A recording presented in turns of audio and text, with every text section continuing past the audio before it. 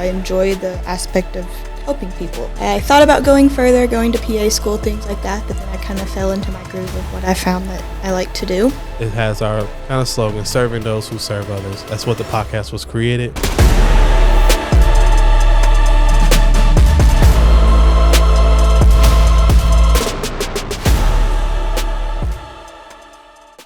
Hey, what's going on, family? Welcome to another episode of Called to Serve Podcast. I am your host, Reggie Hubbard, here with a very special guest today, Miss Karmen. Now, let me tell you a little bit about her. So she is in the orthopedic industry, has received her master's in exercise science, and is an Ole Miss alumni.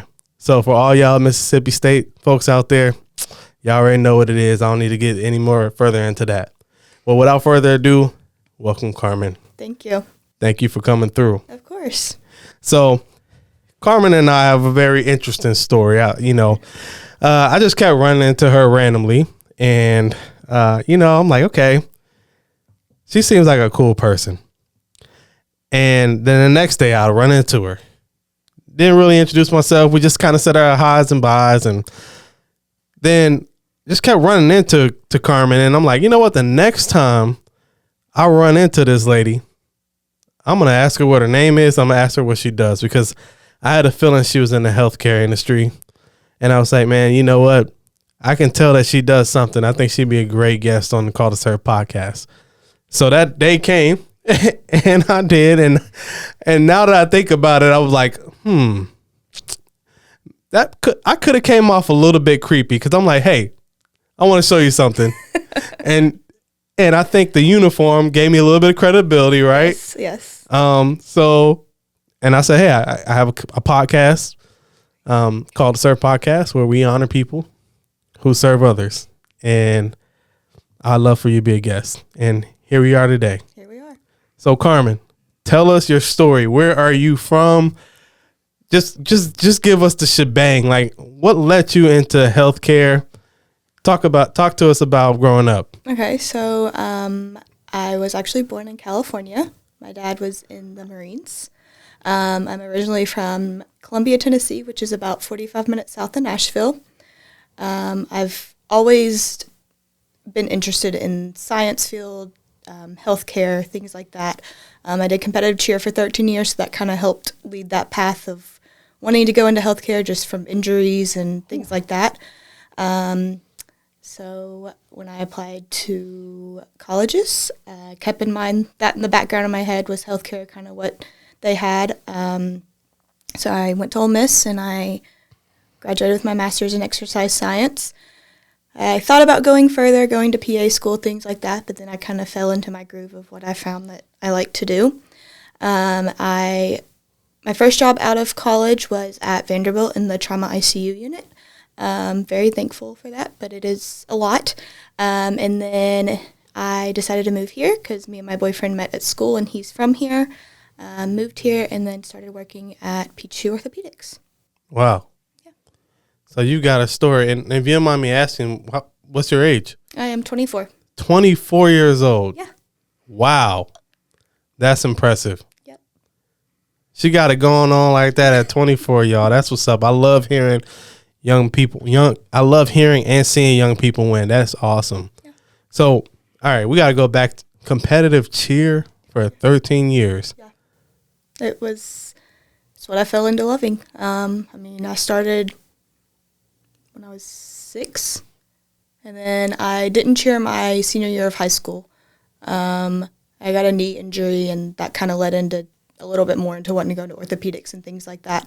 So didn't completely cheer my senior year, kind of just helped out when teams needed it or something like that. And then, So, all right. So for the ignorant people like myself, when in the world of competitive cheer, what exactly are, you competing for? Obviously the win, but what are the qualifications? What are they judging? So there's different levels, obviously. There's all the way from like minis, which is just like your 4 and 5 year olds just doing it for fun, and then it goes all the way up to with that level, without doing college, there's a level 6 open team, and that's more for your college kids that don't do school cheer, I guess you could say. Yeah. So I mean, there's certain requirements that you have to have for each level, and then you compete. Obviously, competitions, you win, great. And then in May, it actually just happened this past weekend. So beginning of last week of April, early May, there's a thing called Summit in Worlds, and that's in Disney World. You have to get a bid to go, and it's basically all the best teams from around, and they compete, and then that's, I guess you could say, like the Super Bowl of cheer. Wow.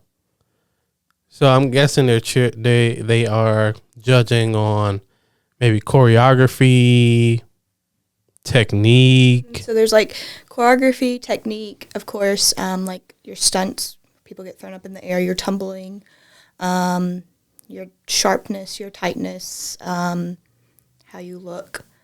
And then, of course, there's deductions if something goes wrong, if something falls, things like that. And that kind of what plays into your scores. Wow.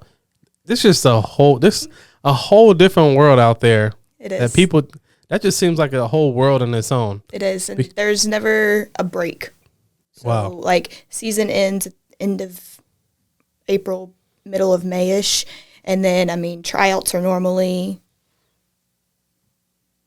July, so that you have, and then the first competition of the year is normally like September, October, so that you have that time to prepare and get your routine made and learn the choreography and things like that. So there's not ever really a dead period. So it's a constant thing that you do all the time. That's nuts. Yeah. I guess for people who don't live in that world, I've always thought that maybe cheerleading was maybe just to help people build confidence. And I'm sure it can do that, right? Yes, for sure. To support the team, to really just orchestrate and to guide an experience or an atmosphere. Correct. So with competitive cheer, there's not really a team you're cheering for. It's more just your audience. Yeah. Whereas with their school cheer, of course, you're cheering for the school you go to, things like that. So there is a little bit of difference between school cheer and competitive cheer. Obviously, school cheer, you have the chants and the things like that, and you're at the games. Or competitive cheer, there's not really ever a chant in your routine. Yeah. The routine's 2 minutes and 30 seconds, and you give it your all. That's dope. Yeah. That makes me want to go back and watch Bring It On again. Kind of like that, yeah. Yeah. Yeah. Oh, okay. So would you say that your experience in competitive cheering, do you think that it led you to maybe a career in pursuing that exercise science, or can you talk to me about that? Yeah, so I definitely think that helped a lot. Like I said, I saw injuries. I was injured going to physical therapy, things like that definitely led to be like, okay, this is what I want to do. I enjoy the aspect of helping people. And then my cheer coach, who was my cheer coach for practically my whole time, she was a nurse and then retired from nursing and did cheer and everything like that. So she kind of helped led that path a little bit as well. And then in high school, I was the football manager / water girl for the football team. So Nice. It was kind of like an athletic trainer assistant type deal. So I got some like PE requirements, things like that in high school. So that definitely helped lead me to that as well. Wow. Yeah. That's so cool. I'm still trying to just think you're only 24. I am. And you've accomplished so much already. That's very inspiring. I love it. Thank you. Yeah. So exercise science, and now you work in the orthopedic industry. Mm-hmm. Talk to us about how that kind of came. Yeah. So like I said, moved here a little over a year ago.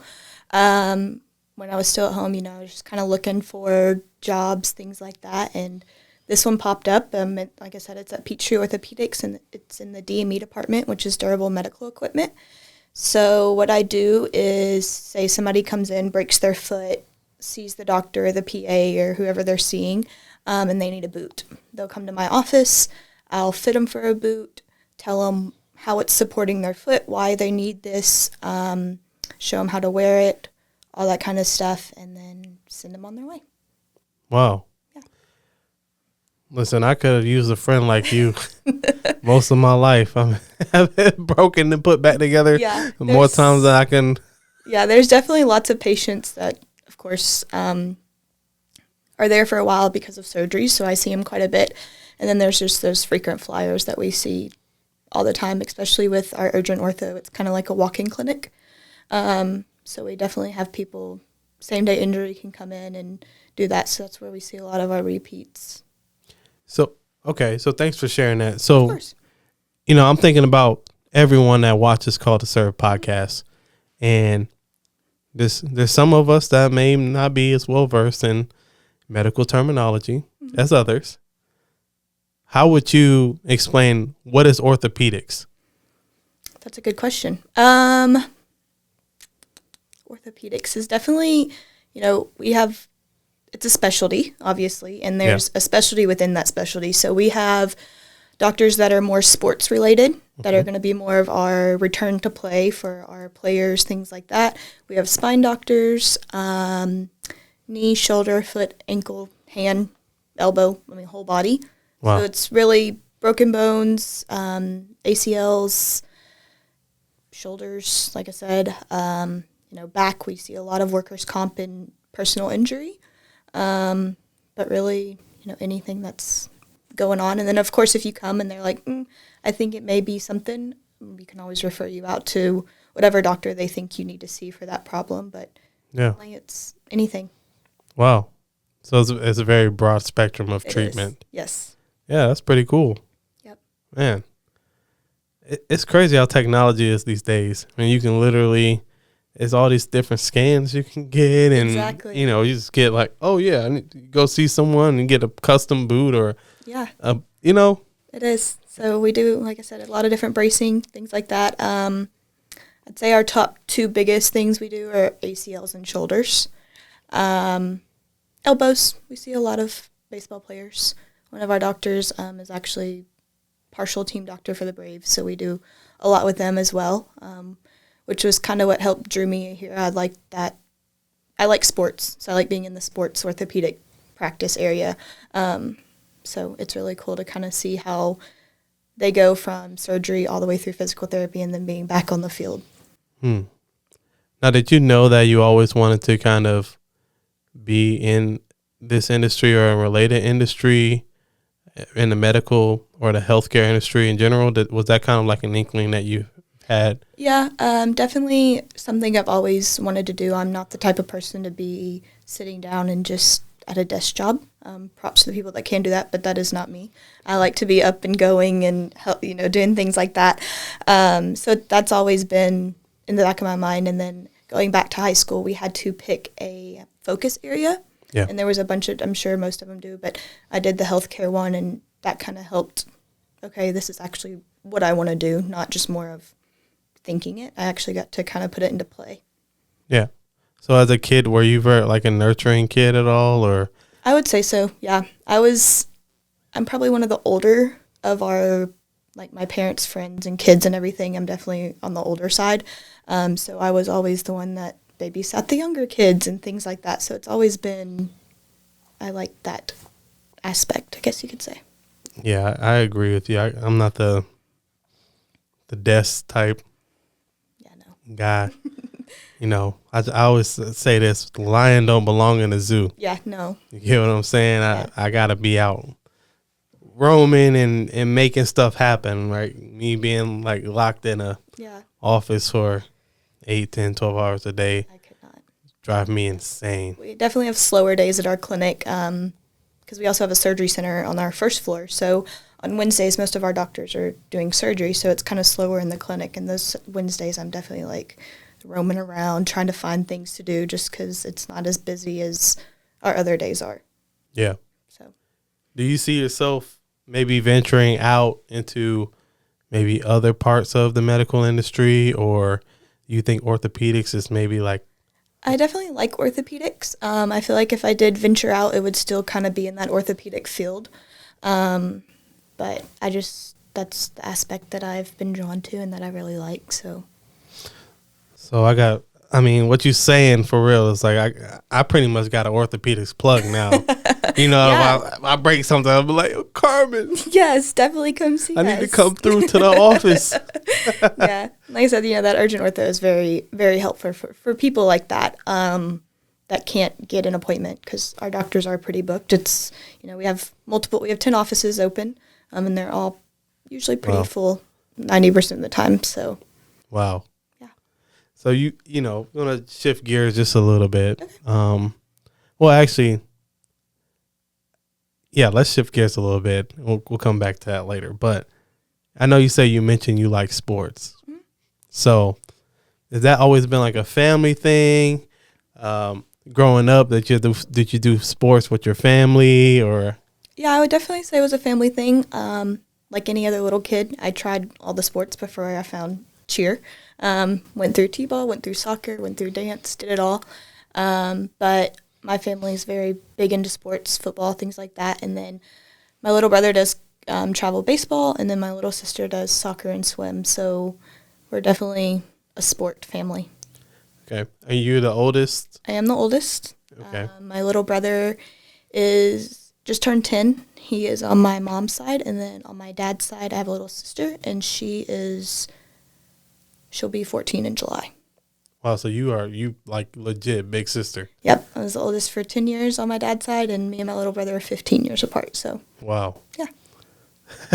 So it was, definitely a big change when that came along, but. Yeah. Hey, such is life, right? It is life. Yep. So, what made you decide to go to Ole Miss? So we had some family friends from home that had somebody go there, and she, of course, when I started the process of applying and touring and things like that, she was like, come tour. A lot of people don't really, from my small town, don't go to big universities and things like that, but I always knew, like I said, I'm the type that just go. I don't like to be tied down or anything like that, and that's how my parents raised me. They always knew I would go off to school. So I applied, toured schools, everything like that. I applied to Alabama and Ole Miss, and it was definitely a homey feeling. It just felt like that's where I needed to be, and it was definitely the best 4 years of my life. Yeah, I would definitely go back if I could. It's a very prestigious university for sure, and there's a lot of history at Ole Miss, and I guess why I was asking that is because I know a lot of people who I know who have gone to Ole Miss. It's more like a family thing. Like, yeah, my family went there, for this many generations. Yeah. And so when you mentioned that it's got like that family or that homey vibe. It does. I guess I could see why. Yeah, everybody there has, even the people I met, obviously, that went to school there, it is mainly 90% of the population, I would say, is college kids. But even like the families that are from there, or the families, like you said, that would have people be like, oh, my grandfather went here type of deal. Like, everybody always comes back. So that's what I liked. I was like, it's a homey feeling. I felt safe. I think that was one of the big things. And then, of course, the education played a big role in it as well. Now, this is a question that I just will ask, but if you didn't get into the healthcare profession, was there something else that you might have picked? That's a good question. Like I said, Thank you. Healthcare has always been kind of in my mind. I think I would probably do something with sales just because you can still be on the move. Definitely something that I could keep moving. Like I said, I don't like to be still for longer periods of time, so I don't think anything like a desk job would have worked with me, but definitely something I could have kept moving along. So I think sales would have probably been my next kind of go into. Anything in particular? Any type of sales specifically? Of course, there's always medical sales. That was always kind of in my mind as well. Yeah. Which is still healthcare, of course, but not really. Just would probably just see what of course, when you take classes, there's certain classes like, okay, you're going to take sales and XYZ. So those would probably kind of have helped lead me where I was going to go. But yeah. Yeah. I think sales is always the move. you know, being a businessman, you got to have a product and you've got to have a customer base. Yep. If you don't have those two things, you don't have a business. Correct. Right. So, if you ever wanted to be, a successful entrepreneur or have a successful business, somebody within that organization better be good at sales. Correct. Yeah. So that's, like I said, that's kind of, I guess, my other place that I would go into. Now my boyfriend got a degree in sports management, and obviously saw some of the classes he was taking. That was kind of interesting as well. But yeah. Yeah. So exercise science, sports management. I mean, you brought him up. So would you mind kind of telling us how y'all met, or? Yeah. No, of course. Yeah. So like I said, he's from Georgia, Okay. Milton area. He went to Grayson High School and then graduated from Cambridge. Okay. So we had a mutual friend. Me and the mutual friend were actually in the same sorority together. And we all just kind of started hanging out. And then, of course, our sophomore year was COVID, so we were kind of on lockdown. Oof. Yeah. So we were kind of on lockdown, so it was kind of like, hey, come over, hang out. That's all we could really do. So, we had a pool at our apartment, which definitely helped. So people would come over and just kind of hang out, and that's how we met. And here we are 4 years later.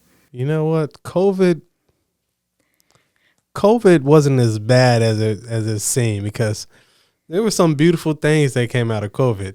Yeah, I could say so. Definitely took some of my harder classes during COVID, so I could say that definitely helped being able to take those online. But it was definitely an interesting time to be in school. Yeah.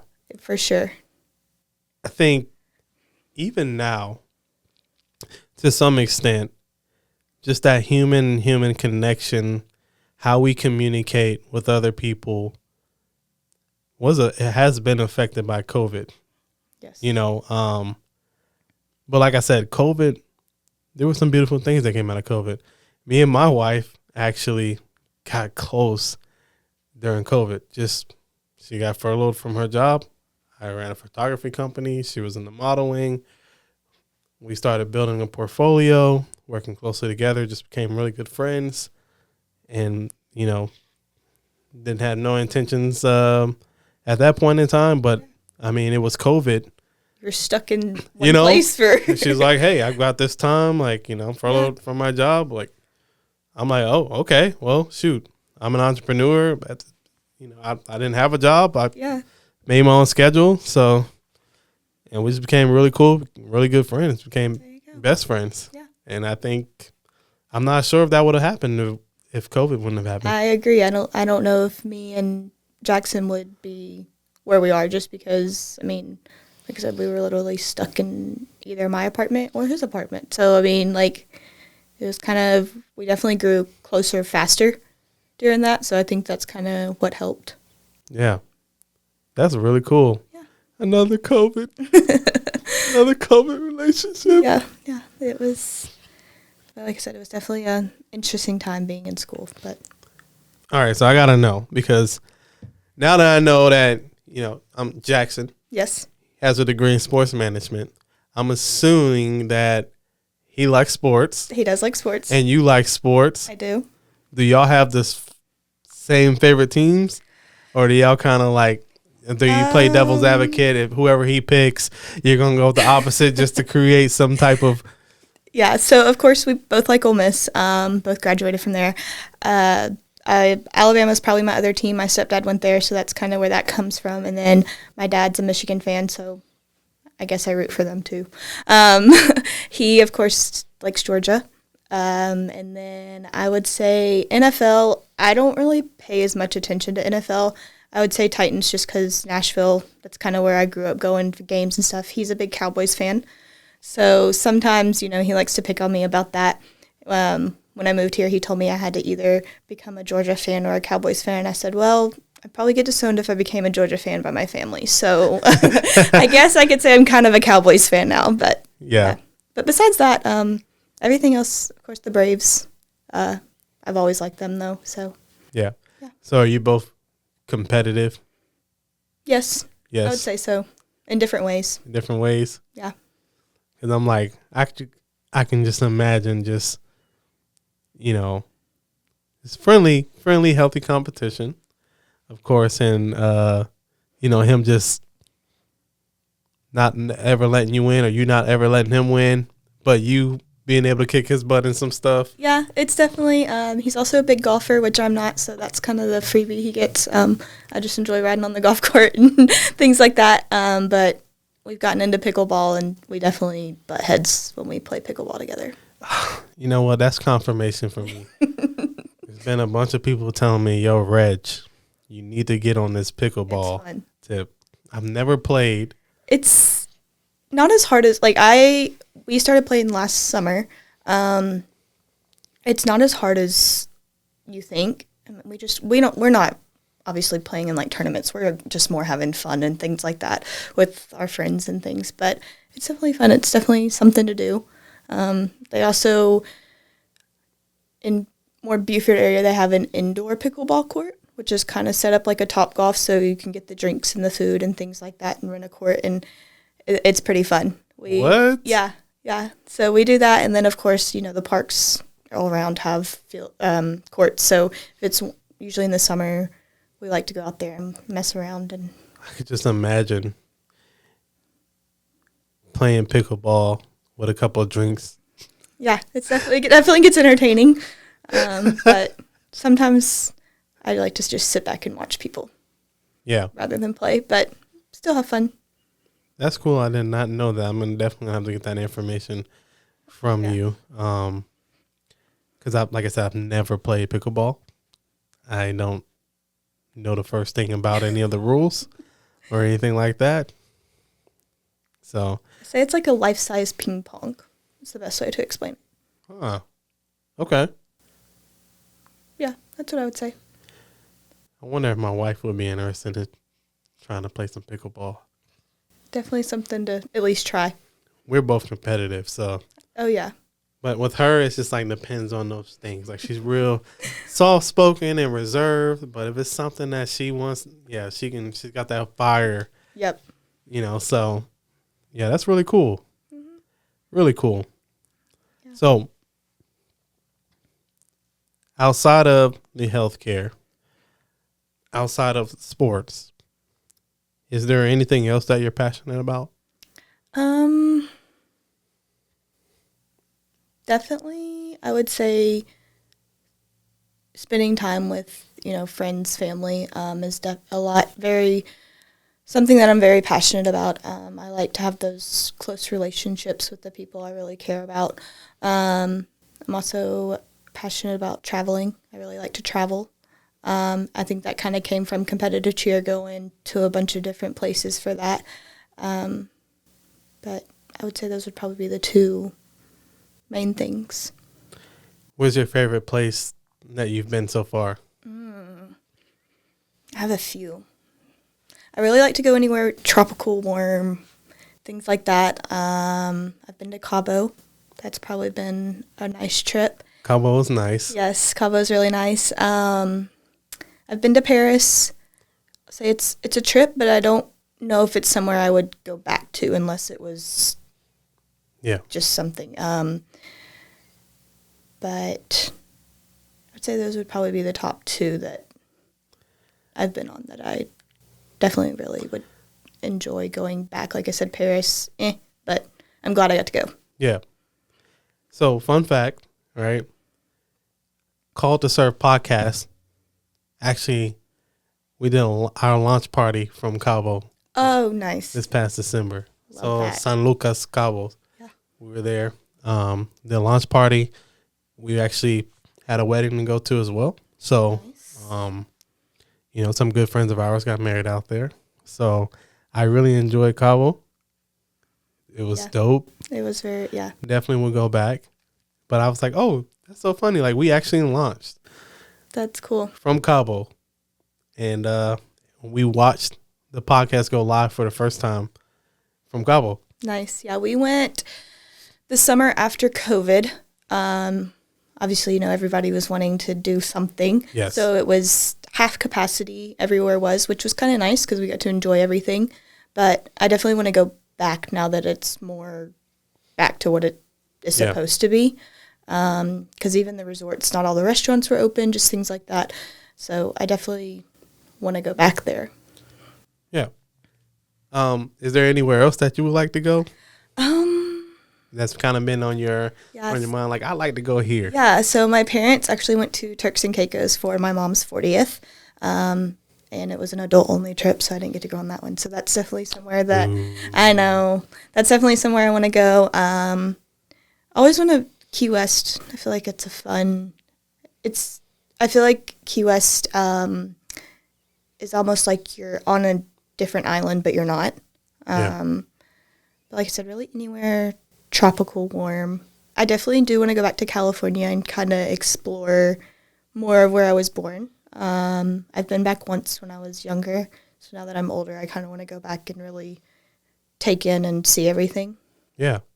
What part you say you were from? San Diego. San Diego, okay. I was actually born on Camp Pendleton. Okay. So that's where, So because you said your dad was a Marine? Correct, yeah. Wow. Yeah. California is a massive state. Yes. It's crazy that you can literally spend a whole day driving through one state and then some. Yeah.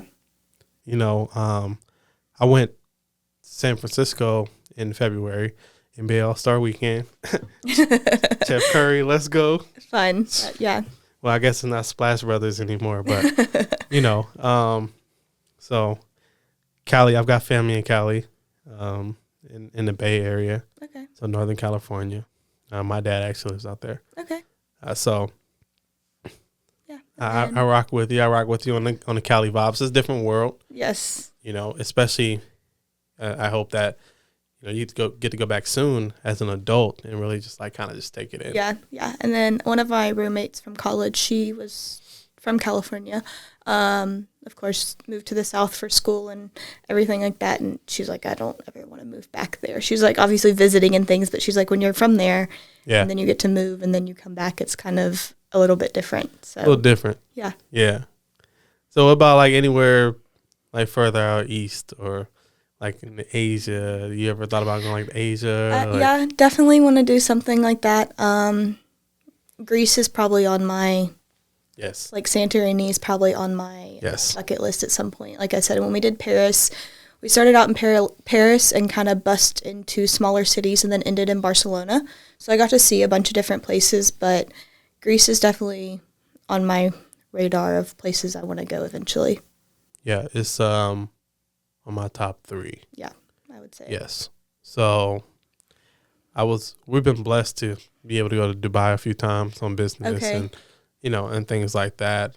Business, vacation, you always got to find a little time to play. Exactly. You know what I mean? So we've been a few times. That was pretty awesome. Abu Dhabi's cool. I've seen, of course, Instagram bloggers, things like that. People have been, and I think it'd be somewhere I'd want to go. I don't know if it's like, my top, but like, if there was an opportunity for some reason for work or something like that, then I definitely think it would be a cool place to visit. Yeah, I resonate with that. It is, and it's not one of my favorite places to go. But, I've never just been like, oh, babe, we're about to just go book a trip to Dubai just because, and it's nothing against Dubai. Yeah. It's just the vibe is cool. It's a lot of cool things to do. The architecture is awesome. Mm-hmm. The people are very nice, right? It's just we mainly have just gone for business and, riding the camels and riding the ATVs through the desert is cool. The dune buggies, that's pretty cool as well. Yeah. We got to go to the top of the Burj Khalifa, which was really an awesome experience. Literally being like at that time or still, I guess, like the highest man-made structure in the world that's complete. So that was pretty cool. There's a lot of great experiences there. And if you like to shop, freaking massive malls. Yeah, that's definitely things that I've seen. I'm like, maybe it is worth going over there and buying what I need and bringing it back. Yeah, I mean, malls are massive.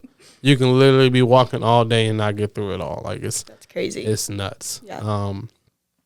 But yeah, Greece. That's one of my top ones right there. So yeah, don't be surprised if you see my story and we in Greece. Yeah. Be like, yo, babe, Karmen just got me itching for Greece again. I know. And Jackson's dad's a big traveler, so he loves to go on trips and things like that. So I have to be like, hey, I think our next trip should be somewhere like that. So he's always going somewhere. Super cool. Oh, yeah. So I do have one more question for you. Okay. And I ask this question a lot, but I think it's a super cool question. What might people be surprised to know about you?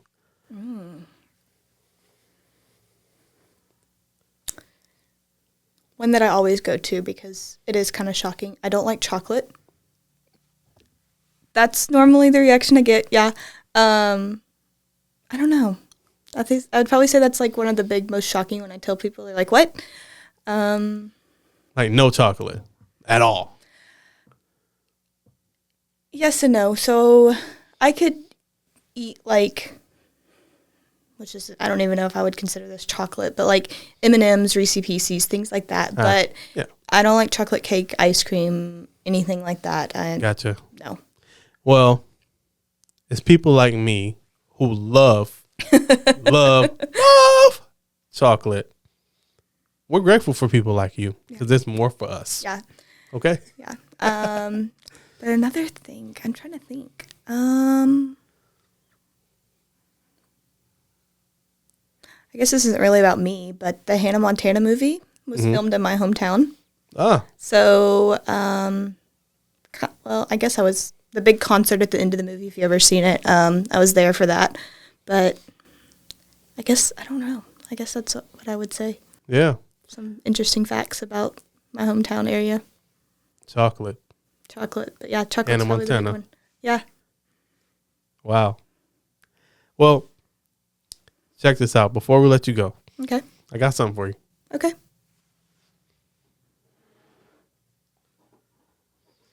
So what I have for you is a custom called the Serve podcast. Thank you. Challenge coin. Yeah. And what that's meant to be is just to serve as a reminder for why you serve every single day. Mm-hmm. You don't have to do what you do. You could totally go do something else. Yeah. You know, you make a decision to get up however often you get up to go do what you do and to go do it. And the reality is that a lot of people are out there and they struggle with guidance, or they just don't have the knowledge on orthopedic health. I know, like, that's not something I'm like well versed in. I probably wouldn't have this mean limp I got if I did. If I had somebody like a plug get me on the right boot. Yeah. You get what I'm saying? Yeah. But most people think I just got, a little bit of swag, so I let them think that. Yeah. I'm like, nah, dog. Like, your boy is limping. Yeah. Okay. It's okay. They don't have to know that. Yeah. But what that is, and what I hope it would be, is just a reminder as why you serve. Well, thank you. Right. And on the back of it, it has our kind of slogan, serving those who serve others. That's what the podcast was created, is to just say thank you for doing what you do for people every single day. You may not hear it enough. You may not hear it at all. But there is somebody out there that appreciates what you do each and every day. And don't think for 1 second that it doesn't count. Well, thank you. Yeah. Also, you got a sticker. Oh, I love stickers. Yes, I'll definitely put that on probably my water bottle. That's where most of my stickers go. Yeah. So. But yeah, well, thank you for having me. I definitely, feel called to serve, obviously. Yes. I've always, like I said, had that eager urgency to help people. Even at a young age, I like to babysit. That obviously is helping people as well. So definitely had that urge to always want to help people. I've been on mission trips to help people, things like that. So it's always been kind of my little passion as well. Wow. Yeah. Well, I'm definitely going to be keeping in touch with you and just following, your journey. Mm-hmm. And who knows, maybe one day we can have you back. Yeah. Give us some updates. Sounds good. Maybe you have a couple of places checked off your list that you've traveled to. Yeah, hopefully. And maybe you've converted to Mississippi State, man. No, she's true to the game, y'all. She's true to the game, y'all. Well, like I said, thanks for coming. It was an honor and a pleasure to have you. Yeah, thanks for having me. Until next time. Yeah. Thank you.